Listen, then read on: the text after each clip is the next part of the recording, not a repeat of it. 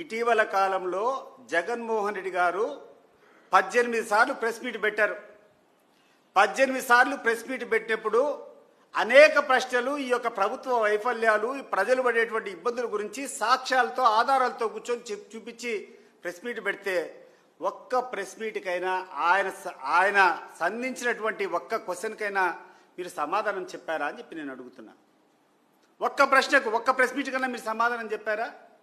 చెప్పకపోగా మీ యొక్క పేడ్ ఆర్టిస్ట్నో ఎవరో ఒకరు ఉంటారు, మీ దగ్గర పనులు జరిపించుకునేదానికో లేకుంటే వ్యక్తిగతంగా లాభాలు పడేదానికి ఎవరన్నా కొంతమంది చౌకబారు వ్యక్తులు ఉంటే వాళ్ళతో కూర్చొని రకరకాల స్టేట్మెంట్లు.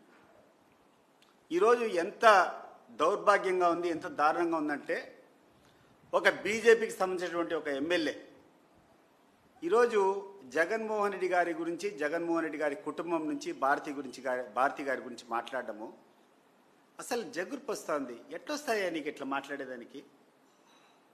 నాకు తెలుసు కాబట్టి నేను చెప్తున్నా. ఇటీవల కాలంలో నేను సన్నిహితంగా ఉన్నాను కాబట్టి నేను చూస్తున్నా.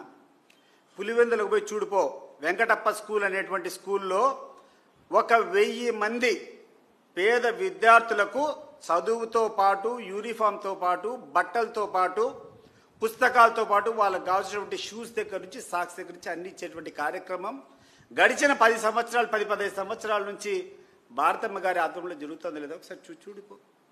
ఎవరైతే వికలాంగులు ఉన్నారో, ఎవరైతే మానసికంగా సరిగ్గా లేదో అటు పిల్లల కోసం అని చెప్పి 65 మంది విద్యార్థులకు విజేత స్కూల్ అని చెప్పి పులివెందులో పెట్టిస్తూ ఉన్నారు. విజయవాడకు ఆమె వస్తే కూడా ఏ రోజు ఒక ప్రభుత్వ కార్యక్రమంలో పాల్గొనలే. ఆమె చేసేటువంటి కార్యక్రమం అంతా ఏంటంటే ఇన్నటువంటి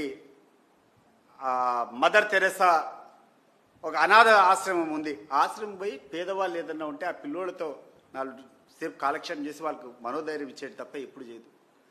ఆమె మీద మాట్లాడేటువంటి దౌర్భాగ్యం ఎందుకు దిగజారుతారు మీరందరూ అని నేను అడుగుతున్నా. సిబిఐ ఎంక్వైరీ అంటే ఇప్పుడు సిబిఐ ఎంక్వైరీ కాకుండా ఏం ఎంక్వైరీ చేస్తుందండి?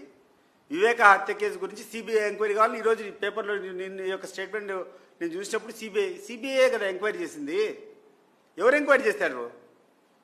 మరి సిబిఐ ఎంక్వైరీ చేసింది, ఎంక్వైరీ పూర్తి అయిపోయిందని చెప్పింది, ఒక నివేదిక ఇచ్చిన తర్వాత మీరు దాన్ని కమిట్ చేసుకొని కేసు నడుపుకోవాల్సింది పోయి మీరే ప్రొలాంగ్ చేసుకుంటా అలా వేరే వాళ్ళ మీద నిందలు వేయడం ఏంది? ఆదినారాయణ రెడ్డి గారు, నేను చెప్తున్నా, ఇంతవరకు నువ్వు అవినాష్ రెడ్డి మీద కానీ, లేకుంటే భారతమ్మ మీద కానీ, లేకుంటే జగన్మోహన్ రెడ్డి మీద నిందలేసేదానికి ప్రయత్నాలు చేస్తున్నావు. నేను కూడా ఈ కుటుంబానికి వ్యతిరేకంగా నేను పోటీ చేస్తానని వాళ్ళ మీద పోరాడిన, ప్రత్యక్షంగా నేను నిలబడిన అనేక ఎన్నికల్లో.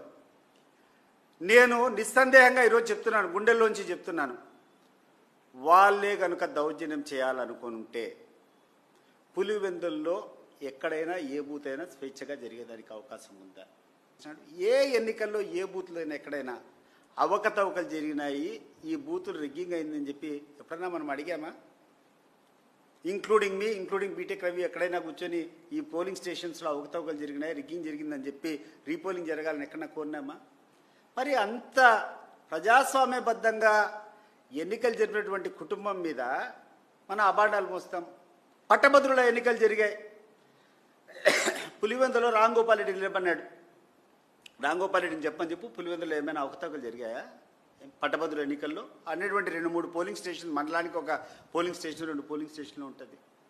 మరి ఇంత నిస్వార్థంగా ఎటువంటి ప్రజలకు ఇబ్బంది లేకుండా పోలింగ్ జరిపించినటువంటి కుటుంబం మీద ఏదో ఎప్పుడో జరిగిందని చెప్పి 20 ఏళ్ల కిందట 15 ఏళ్ల కిందట ఏదో జరిగిందని చెప్పి నెపం చూపించుకొని ఇటీవల జరిగినటువంటి ఒక ఎన్నికల్లో మీకు కావాల్సినటువంటి కొంతమంది పోలీస్ అధికారులంతా కూర్చొని దుర్వినియోగం చేసి ఒక జెడ్పీటీసీ గెలుచుకొని అహంకారంతో మాట్లాడుతున్నావే.